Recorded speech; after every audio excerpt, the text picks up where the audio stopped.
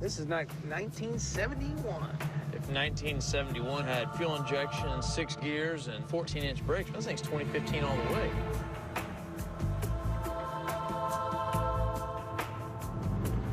Haven't we seen that car before? Yeah, I kind of feel like somebody's following us. It's a little weird. I'm telling you, I've seen that thing before.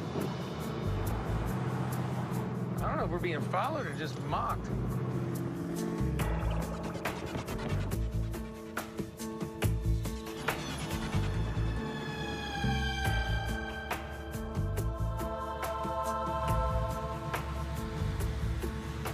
I know we can take them. That would be illegal, Aaron. Beauty 4-H.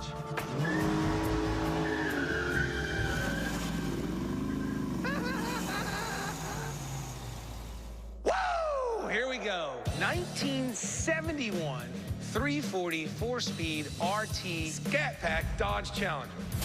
I got this beauty for $42,000 down at the Worldwide Auction in Houston, Texas. And the next thing you know, Dodge loans me a 2015 pre-production Scat Pack Challenger that's headed for the crusher as soon as I'm done with it. Then Aaron says, why don't we use the new car to amp up the old one?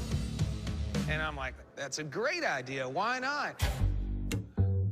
We knew that basically we needed none of the old suspension, and we know that the motor and transmission are going to come out.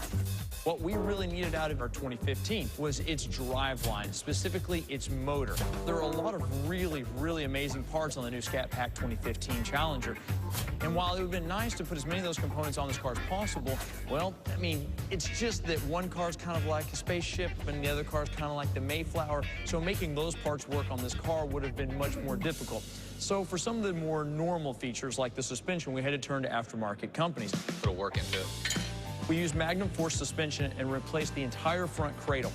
Also, the control arm setup is radically different from factory. Some of the geometry has been optimized.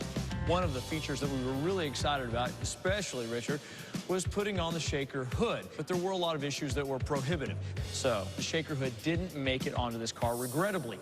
You just told me no. Now I'm tens of thousands of dollars in, but you can't stop at that point. You can't back up, you can't run away scared. You just gotta push forward, and that's exactly what the guys did. Since so much of this car is completely stock on the outside, I needed a set of wheels that A, fit, but second, actually looked right on the car. US Mag had a wonderful option. Basically a stock wheel that's been blown up into 18s in the front and 20s in the rear. You don't have to think twice. It really makes sense on the car.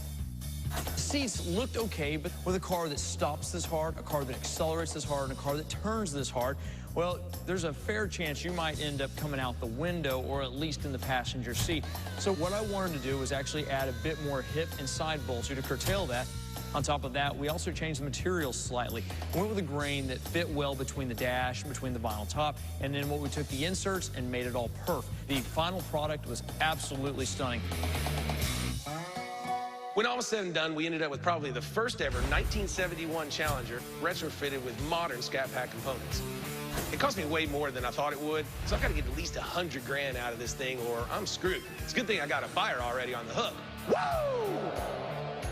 You know, it may not be a Hellcat, but it's definitely a Scat Cat. Let's get out of here. There you go. I'm ready to rock. Hey, why do you always get to drive? You building me driving. All right.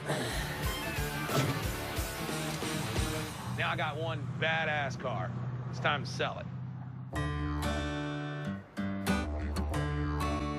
So you need a gas monkey.